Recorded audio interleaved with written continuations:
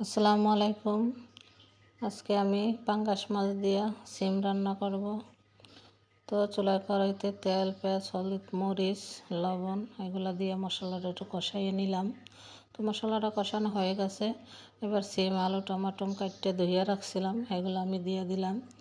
দিয়ে একটু নাড়াচাড়া দিয়ে সব মশলার সাথে মিশাইয়া নিব। তারপর মিশানো হয়ে গেছে। এবার একটু পানি দিয়ে ঢেকে দেবো সিদ্ধ করার জন্য।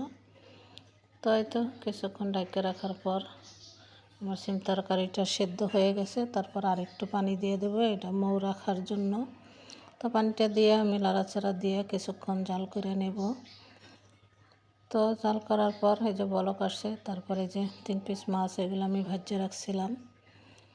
তারপর বলক আসছে, এখন আমি এই যে মাছগুলা দিয়ে দিব।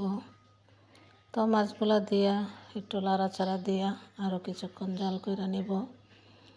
তো কিছুক্ষণ জাল করার পর আবার ধনিয়া পাতা কুচি দিয়ে দিলাম উপর দিয়া।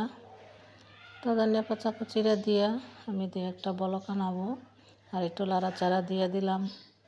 তো এই তো একটু বলক আনাইলাম আর এদিকে ধনিয়া পাতাটা আমার সেদ্ধ হয়ে গেছে। তো এটা ছিল আজকের ভিডিও। এবার রান্না করা শেষ, চুলাটা অফ করে দিলাম। আর যদি আমার রান্নাটা ভালো লাগে লাইক, কমেন্ট, শেয়ার করবেন। ধন্যবাদ। আল্লাহ হাফেজ। সবাই ভালো থাকবেন।